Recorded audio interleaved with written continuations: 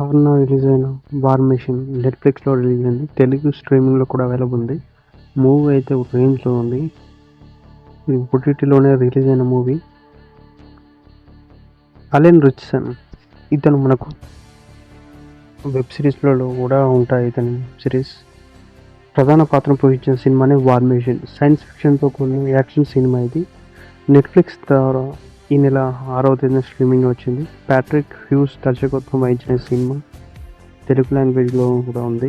American ఆర్మీకి చెందిన staff sergeant Allen రిచ్‌సన్ అతను ఒకానొక సమయంలో శత్రువుల దారి నుంచి తన తమ్ముడిని కాపాడలేకపోతాడు. తను రేంజర్ కావాలనేది తన తమ్ముడి కల.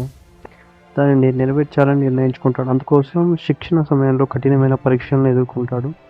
8 వారాల శిక్షణ సమయంలో చివరికి వచ్చేసరికి 15 మంది మాత్రమే మిగులుతారు. చివరి పరీక్ష ఒక పర్వత ప్రాంతంలో మొదలవుతుంది. ముందుగా ఆర్మీ అధికారులు ఏర్పాటు చేసిన ఒక డమ్మీ విమానాన్ని పేల్చేసి తిరుగుబాటుదారుల నుంచి ఆ పైలట్‌ను రక్షించి తీసుకొని రావాల్సి ఉంటుంది. అందుకోసం పర్వత సమూహం దగ్గరికి వెళ్ళిన టీం చిత్రమైన ఆకృతిలో తయారు చేయబడిన ఒక విమానాన్ని పేల్చేస్తుంది.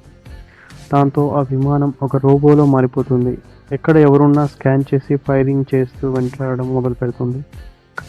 ఎంతటి శక్తివంతమైన క్షణాల్లో బూడిద చేసి మార్చేస్తూ ఉంటుంది. ఇది విజువల్‌గా అయితే అసలు చాలా బాగుంది. ఎందుకంటే ఈ సైన్స్ ఫిక్షన్ మూవీస్ ఈ ట్రాన్స్‌ఫార్మర్స్ తర్వాత ఇది కూడా చాలా బాగా తీశారు మూవీ అయితే. రన్ టైమ్ కూడా 1 అవర్ 49 మినిట్సే. ఎక్కడ కూడా ఇంకా బోర్ అనేది ఉండదు. బీజీఎం కూడా అద్భుతంగా ఉంటుంది. ఆర్మీ అధికారులు సెట్ చేసిన డమ్మీ ఫ్లైట్ పేరు, తాము పేల్చడానికి ప్రయత్నించిన ఫ్లైట్ పేరైన విషయం టీంకి అర్థమవుతుంది.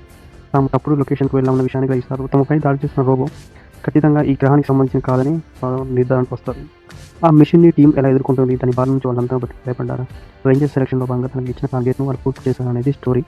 అమెరికన్ ఆర్మీలో రేంజర్ సెలక్షన్ జరుగుతూ ఉంటాయి. ఫైనల్ రౌండ్ కోసం మిగిలిన వాళ్ళలో డెత్ మ్యాచ్ పేరుతో ఒక డమ్మీ ఆపరేషన్‌ను నిర్వహిస్తారు. అందుకోసం పర్వత ప్రాంతానికి వెళ్ళిన 10 మంది అక్కడ ఒక ప్రమాదంలో చిక్కుకుంటారు. ఆ ప్రమాదం నుంచి బయటపడడానికి తమపై అధికారులు ఇచ్చిన టాస్క్‌ను పూర్తి చేయడానికి రంగంలోకి టీం ఏం చేస్తుందనేది మూవీ స్టోరీ.